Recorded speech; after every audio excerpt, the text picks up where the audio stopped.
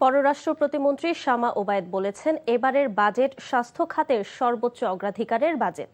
বর্তমান এই ভঙ্গুর অর্থনীতিতে স্বাস্থ্য খাতে কী পরিমাণে বরাদ্দ দেয়া হবে, এটি সরকারের জন্য বড় চ্যালেঞ্জ।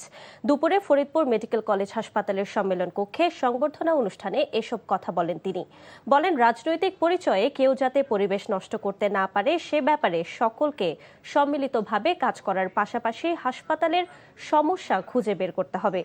এর আগে ফরিদপুর মেডিকেল কলেজ হাসপাতালের সভাপতি নির্বাচিত করায় পররাষ্ট্র প্রতিমন্ত্রী শামা ওবায়েদকে সংবর্ধনা দেয়া হয়। এ সময় জেলা প্রশাসক মোহাম্মদ মাজহারুল ইসলাম, জেলা পরিষদের প্রশাসক মোহাম্মদ আফজাল হোসেন খান পলাশ সহ অনেকে উপস্থিত ছিলেন। আমাদের এই ভঙ্গুর অর্থনীতিতে স্বাস্থ্য সেবা এবং স্বাস্থ্য খাতে সর্বোচ্চ পরিমাণে কিভাবে আমরা কন্ট্রিবিউট করতে পারি, সেটা আমাদের সবার জন্য একটা চ্যালেঞ্জ। বিগত দিনের মতো কোন রাজনৈতিক দলের প্রভাব খাটিয়ে কেউ যাতে হসপিটালে কোনো অনৈতিক সুবিধা নিতে না পারে, সেটা আমি আমার পক্ষ থেকে 100% নিশ্চিত করব।